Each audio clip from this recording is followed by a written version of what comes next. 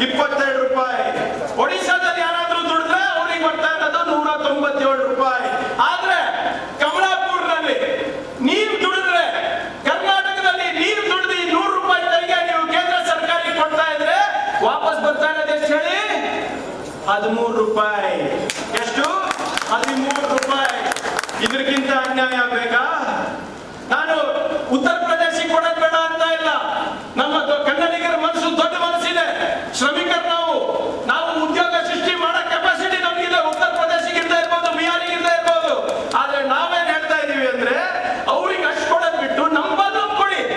ನಾವು ಇನ್ನ ಹೆಚ್ಚು ಇನ್ಫ್ರಾಸ್ಟ್ರಕ್ಚರ್ ಕ್ರಿಯೇಟ್ ಮಾಡ್ತೀವಿ, ಇನ್ನ ಹೆಚ್ಚು ಉದ್ಯೋಗ ಸೃಷ್ಟಿ ಮಾಡ್ತೀವಿ. ಬರೇ ರಾಜ್ಯ ಅಲ್ಲ, ರಾಷ್ಟ್ರ ಕಟ್ಟಕ್ಕೂ ಕೂಡ ನಾವು ಮುಂದಾಗಿದ್ದೀವಿ. ನಮ್ಮ ತೆರಿಗೆ ನಮ್ಗೆ ವಾಪಸ್ ಕೊಡಿ ಅಂತ ಕೇಳ್ತಾ ಇರೋದು. ನೀವು ಯಾರು ನಮ್ಗೆ ಹೇಳಿಲ್ಲ. ನಾವು ಶರಣ್ ಪ್ರಕಾಶ್ ಅವರು ಎಂಟೈರ್ ಕ್ಯಾಬಿನೆಟ್ ಡೆಲ್ಲಿ ಹೋಗಿ ಪ್ರತಿಭಟನೆ ಮಾಡಿದ್ವಿ. ಯಾವತ್ತನ ಆದಿತ್ತ ಹೇಳಿ ಕರ್ನಾಟಕದ ರಾಜ್ಯದ ಇತಿಹಾಸದಲ್ಲಿ ಯಾವತ್ತನ ಇಡೀ ಸಂಪುಟ ಸಚಿವ ಸಂಪುಟ ಹೋಗ್ಬಿಟ್ಟು ಡೆಲ್ಲಿನಲ್ಲಿ ಪ್ರತಿಭಟನೆ ಮಾಡಿದ್ರ? ನೀವ್ ಹೇಳಿದ್ರ ಹೋಗಿ ನಮ್ಗೆ ಕೇಳಿ ಅಂತ?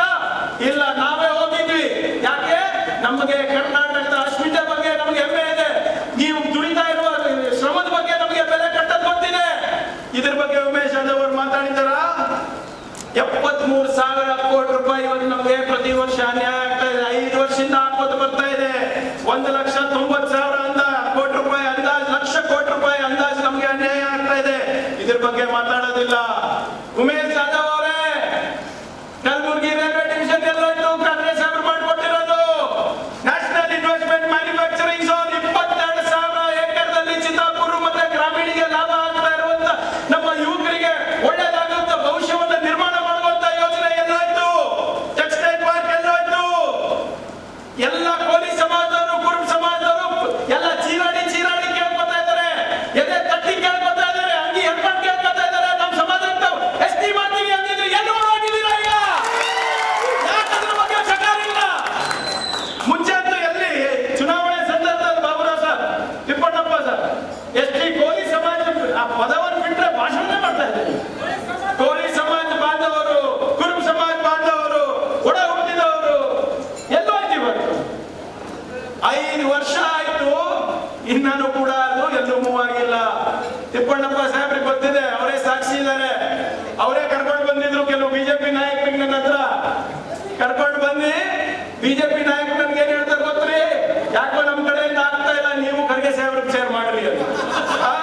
5 ವರ್ಷ ಆದ್ಮೇಲೆ ಇದು ಸತ್ಯನ ಸುಳ್ಳು ಕೇಳಿ ಎಲ್ಲಿದ್ದಾರೆ ನಿಮ್ ರವಿಕುಮಾರ್ ಅವರು? ಏನ್ ಸರ್ ಇಲ್ಲಿ ಬಿಟ್ಟಾರೆ ಅನ್ಸತ್ತಲ್ಲ ಕಲಬುರಗಿ ಉಸ್ತುವಾರಿ? ಪಾಪ ಯಾಕೆ ಬಿಡಿಸಿದ್ರೋ ಗೊತ್ತಿಲ್ಲ. ಇದ್ರೆ ಅವರಿಗೂ ಕೇಳಬಹುದಾಗಿದೆ. ಕೋಲಿ ಸಮಾಜದವರು ಎಲ್ಲ ಹೊಡಿಯೋದ್ ಯಾಕೆ ಕೇಳ್ರಿ ಪ್ರಶ್ನೆ. ನೀವು ಹೊಡಿಬೇಕಾದ್ರೆ ಮೇ 7ನೇ ತಾರೀಕು ಹೊಡಿರಿ. ಬಟನ್ ಒತ್ತಿ ಹೊಡಿರಿ, ಬಟನ್ ಹೊಡಿರಿ, ಹಸ್ತದ ಗುರುತಿಗೆ ಹೊಡಿರಿ, ರಾಧಾಕೃಷ್ಣ ಅವರಿಗೆ ಹೊಡಿರಿ, ಖರ್ಗೆ ಸಾಹೇಬ್ರಿ ಅವರಿಗೆ ಹೊಡಿರಿ, ಪ್ರಗತಿಯ ಪರವಾಗಿ ನೀವು ಬಟನ್ ಹೊಡಿರಿ. ಆದ್ರಿಂದ ನಾನು ಹೆಚ್ಚೇನು ಮಾತಾಡ್ಲಿಕ್ಕೆ ಹೋಗಲ್ಲ. ನಾವು ಕೇಳಿದ ಬಹಳ ಸರಳವಾದಂತ ಪ್ರಶ್ನೆ ಉಮೇಶ್ ಯಾದವ್ ಅವರಿಗೆ. ಅವ್ರು ಹೇಳಿದ್ರು 5 ಏನಾದ್ರು ಒಳ್ಳೆ ಕಾಮಗಾರಿಗಳು ನೋಡಿದ್ದೀರಾ ನೀವು? 5 ಅವರೇ ಹೇಳಿ ಉತ್ತರ ಕೊಟ್ರು. ಹೌದಪ್ಪ, ನಾ 5 ಇಂದ ಒಂದು ಬಿಲ್ಡಿಂಗ್ ಮಾಡಿದ್ದೀನಿ, 5 ಇಂದ ಒಂದು ಮೈನರ್ ಇರಿಗೇಷನ್ ಪ್ರಾಜೆಕ್ಟ್ ತಂದಿದ್ದೀನಿ, 2 ಇಂದ ಮೇಜರ್ ಇರಿಗೇಷನ್ ಪ್ರಾಜೆಕ್ಟ್ ತಂದಿದ್ದೀನಿ, 2 ಇಂದ ಒಂದು ಬ್ರಿಡ್ಜ್ ತಂದಿದ್ದೀನಿ, 5 ಇಂದ ಒಂದು ಸ್ಟೇಟ್ ಹೈವೇ ಮಾಡಿದ್ದೀನಿ. ಕೇಳಕ್ಕಾಗುತ್ತೇನ್ರಿ? 5 ಹೇಳಿ ಸಾಕು. ಮನೆ ಕೇಳಿದ್ರೆ 5 ಅಲ್ಲ 50 ಹೇಳ್ತೀನಿ, ಅವ್ರು ಪಟ್ಟಿ ಕೊಡಿ ಅಂದ್ರೆ ನಾನು ಪಟ್ಟಿ ಕೊಟ್ಟಪ್ಪ. ಅವ್ರು ಕೇಳಿದ್ರು, ಪಟ್ಟಿ ಕೊಡ್ರಿಲ್ಲ. ನಮ್ಮ ಮಾಧ್ಯಮ ಸ್ನೇಹಿತರಿದ್ದಾರೆ ಪಾಪ, ಅವರು ದಿನ ನನ್ನಿಂದ ನೋಡಿ ಬೇಸರ ಆಗ್ಯದ ಅವ್ರಿಗೆ. ಅವ್ರು ಪಟ್ಟಿ ಕೊಡಂದ್ರೆ 50 ಏನು ನಾವು ಮಾಡಿದೀವಿ ಬರೇ 10 ವರ್ಷದಲ್ಲಿ. ಶರಣ್ ಪ್ರಕಾಶ್ ಸರ್ ಬರೇ 10 ವರ್ಷದಲ್ಲಿ ಖರ್ಗೆ ಸಾಹೇಬ್ದು ನೀವು ಮಾಡಿರೋದು ಹೇಳಿಲ್ಲ, ನಾನ್ ಮಾಡಿರೋದು ಹೇಳಿಲ್ಲ, ಬಾಬುರಾವ್ ಸಾಹೇಬ್ರು ಮಾಡಿದ್ ಹೇಳಿಲ್ಲ. ಕಾಂಗ್ರೆಸ್ 75 ವರ್ಷದಿಂದ ಏನ್ ಮಾಡಿದೆ ಅಂತ ನಾನು ಇನ್ನ ಹೇಳಿಲ್ಲ ಅವರಿಗೆ. ಬರೇ ಖರ್ಗೆ ಸಾಹೇಬ್ರು ಮಾಡಿರೋದು 50 ಕೆಲಸ ಹೇಳಿದ್ಕಿನ್ನ 5 ಕೆಲಸ ಹೇಳಕ್ ಆಗ್ತಾ ಇಲ್ಲ ಅವರಿಗೆ. ಇಂತ ಸಂಸದರಿದ್ದಾರೆ. ಆದ್ರಿಂದ ದಯವಿಟ್ಟು ಈಗ ಮತ್ತೆ ಬರ್ತಾರೆ, ಮತ್ತೇನ್ ತೋರಿಸ್ತಾರೆ? ಶರಣ್ ಪ್ರಕಾಶ್ ಸಾಹೇಬ್ರು ಹೇಳಕ್ ಮರ್ತೋದ್ರು, ಇಲ್ದ್ರೆ ಪ್ರತಿ ಭಾಷಣದಲ್ಲಿ ಹೇಳ್ತಾರೆ ಅವರು. ಉಮೇಶ್ ಯಾದವ್ ಯಾರು ಅಂತ ಇನ್ನ ಗೊತ್ತಿಲ್ಲ ಜನರಿಗೆ, ಇನ್ನ ಚಿಂಚೋಳಿ. ಮೊನ್ನೆ ಪ್ರಧಾನಮಂತ್ರಿ ಬಂದಾಗ ಹೇಳಿದ್ರಂತೆ, ಇವರೇನಪ್ಪ ಉಮೇಶ್ ಯಾದವ್. ನಮ್ಮ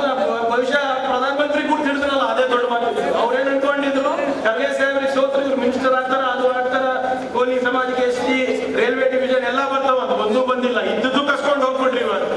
ಮತ್ ಬರ್ತದ, ಮತ್ ನಾನೇನು ಮಾಡಿದೀನಿ ಅಂತ ಹೇಳೋದಿಲ್ಲ. ಕಾಂಗ್ರೆಸ್ನವ್ರು ಬಂದು ಏನ್ ಹೇಳ್ತಾ ಇದಾರೆ, ನಾವು ಗ್ಯಾರಂಟಿ ಮಾಡಿದೀವಿ, ನಾವು ಅಣೆಕಟ್ಟು ಕಟ್ಟಿದೀವಿ, ನಾವು ರೋಡ್ ಮಾಡಿದೀವಿ, ನಾವು ನಿಮ್ಗೆ ಶಾಲೆ ಕಟ್ಟಿಸ್ಕೊಟ್ಟಿದೀವಿ ಅಂತ, ನಾವು ನಿಮ್ಗೆ ಕಮಲಾಪುರ ನಾವು ತಾಲೂಕು ಮಾಡಿದೀವಿ ಅಂತ ನಾವು ಹೇಳ್ಬಿಟ್ಟು ಗೊತ್ತಾಗ ಕೇಳ್ತಾ ಇದ್ದೀವಿ. ಅವ್ರು ಮತ್ ಬರ್ತದ, ಮತ್ ಒಂದೇ ಮುಖ ತೋರ್ಸೋದು ಏನು, ಮೋದಿ ಗ್ಯಾರಂಟಿ ಅಂತ. ಮೋದಿಜಿ ಗ್ಯಾರಂಟಿ ಮೇಲೆ ತಾನೇ ಎಲ್ಲ ಹೋದ ಬಾರಿಲೂ ನಡೆದಿದ್ದು ಎಲೆಕ್ಷನ್. ಮತ್ತೇನಾಯ್ತು, ಕಳೆದ 10 ವರ್ಷ ಮೋದಿ ಗ್ಯಾರಂಟಿ ಮೇಲೆ ನಡೀತಲ್ಲ ಎಲೆಕ್ಷನ್, ಏನಾಯ್ತು? ಎಲ್ಲ ಮೋದಿ ಗ್ಯಾರಂಟಿ ಟಿವಿನಲ್ಲಿ, ನಮ್ ಗ್ಯಾರಂಟಿ ನಿಮ್ ಕೈನಲ್ಲಿ. ಆದ್ರಿಂದ ನಾನು ಹೆಚ್ಚೆಚ್ಚು ಮಾತಾಡ್ಲಿಕ್ಕೆ ಹೋಗೋದಿಲ್ಲ. ದಯವಿಟ್ಟು ನಾವೆಲ್ಲ, ನನ್ನ ಒಂದೇ ಒಂದು ಪ್ರಾರ್ಥನೆ, ಖರ್ಗೆ ಸಾಹೇಬರಿಗೆ ಕಳೆದ ಬಾರಿ ಕಳ್ಕೊಂಡು ನಾವೊಂದು ವ್ಯಕ್ತಿ ಕಳ್ಕೊಂಡಿಲ್ಲ, ನಾವೊಂದು ಪ್ರಗತಿಯ ಶಕ್ತಿ ಕಳ್ಕೊಂಡ್ವಿ. ಆ ಶಕ್ತಿಯನ್ನ ನಾವು ಮತ್ತೊಮ್ಮೆ ಪಡಿಬೇಕಂದ್ರೆ ನಮ್ಮೆಲ್ಲ ನಾಯಕರು, ಕಾರ್ಯಕರ್ತರು ಒಗ್ಗಟ್ಟಾಗಿ ಒಮ್ಮನದಿಂದ ನಮ್ಮ ರಾಧಾಕೃಷ್ಣ ಸಾಹೇಬರಿಗೆ ತಾವು ಮತ ನೀಡುವ ಮೂಲಕ, ಅವರ ಪರವಾಗಿ ಕೆಲಸ ಮಾಡುವ ಮೂಲಕ ತಾವು ಮತ್ತೊಮ್ಮೆ ಕಲಬುರಗಿಗೆ ಪ್ರಗತಿಯ ಪಥದ ದಾರಿಯನ್ನು ತೋರಿಸಬೇಕು ಅಂತ ನಿಮ್ಮ ಹತ್ರ ಕಳಕಳಿಯಿಂದ ನಾನು ಕೇಳ್ಕೊತಾ ಇದ್ದೀನಿ. ಯಾಕಂದ್ರೆ ಇವತ್ತು ಬಹಳ ಜನ ಬಂದು ಏನೇನೋ ಹೇಳ್ತಾರೆ ಗ್ರಾಮೀಣದಲ್ಲಿ, ಅದಕ್ಕೆಲ್ಲ ಕಿವಿ ಕೊಡಬೇಡಿ. ಯಾರೇನಿಲ್ಲ, ಇದಕ್ಕೆ ನಾವು ಜವಾಬ್ದಾರಿ ತಗೊಂಡಿದ್ದೀವಿ. ಶರಣ್ ಪ್ರಕಾಶ್ ಸಾಹೇಬರಿದ್ದಾರೆ, ನಾವು ಇದ್ದೀವಿ. ನಮ್ಮ ಕಾರ್ಯಕರ್ತರಿಗೂ ಅನ್ಯಾಯ ಆಗೋದಿಲ್ಲ, ನಮ್ಮ ನಾಯಕರಿಗೂ ಅನ್ಯಾಯ ಆಗಿಲ್ಲ. ವಿಜಯ್ ಕುಮಾರ್ ಅವರು ಒಂದು ಬಹಳ ಸೂಕ್ಷ್ಮವಾದಂತಹ ಮಾತು ಹೇಳಿದ್ದಾರೆ, ಅದನ್ನ ನಾನು ಅರ್ಥ ಮಾಡ್ಕೊಂಡಿದ್ದೀನಿ. ಖಂಡಿತವಾದ ಅದನ್ನು ನಾವು ಸರಿಪಡಿಸುವಂತ ಇದೊಂದು ಜವಾಬ್ದಾರಿ ನಾನು ತಗೋತೀನಿ ಅಂತ ನಾನು ಹೇಳಲಿಕ್ಕೆ ನಾನು ಬಯಸ್ತಾ ಇದ್ದೇನೆ. ಇದೇ ಆದ್ರಿಂದ ಈ ಚುನಾವಣೆ ನಾನು ಕೇಳ್ತಾ ಇರೋದು ಬರೀ ನಮ್ಮ ಕಾರ್ಯಕರ್ತರಿಂದ 30 ದಿನ ಅಷ್ಟೇ. 30 ದಿನ ನೀವು ಶ್ರಮ ಪಡಿ, 5 ವರ್ಷ ನಾವು ಶ್ರಮ ಪಡ್ತೀವಿ. ಕಲಬುರಗಿಗೆ ಒಂದು ವಿಶೇಷವಾದಂತ ಆಫರ್ ಇದೆ, ಟ್ರಿಪಲ್ ಗ್ಯಾರಂಟಿ. ರಾಜ್ಯಸಭೆಯಲ್ಲಿ ಖರ್ಗೆ ಸಾಹೇಬರು, ಲೋಕಸಭೆಯಲ್ಲಿ ರಾಧಾಕೃಷ್ಣ ಸಾಹೇಬರು, ಅಸೆಂಬ್ಲಿನಲ್ಲಿ ನಾವು ಶರಣ್ ಪ್ರಕಾಶ್ ಅವರು ಎಲ್ಲರೂ ಇದ್ದೀವಿ, ನಾವೆಲ್ಲರೂ ಇದ್ದೀವಿ. ಅಭಿವೃದ್ಧಿಯ ಗ್ಯಾರಂಟಿ ಇದು, ಬೇರೆ ಯಾವ ಗ್ಯಾರಂಟಿನೂ ಇಲ್ಲ. ಅಭಿವೃದ್ಧಿಯ ಗ್ಯಾರಂಟಿ, ಪ್ರಗತಿಯ ಗ್ಯಾರಂಟಿ, ನಮ್ಮ ಯುವಕರ ಉಜ್ವಲ ಭವಿಷ್ಯದ ಗ್ಯಾರಂಟಿ ಇದೆ ಇದು.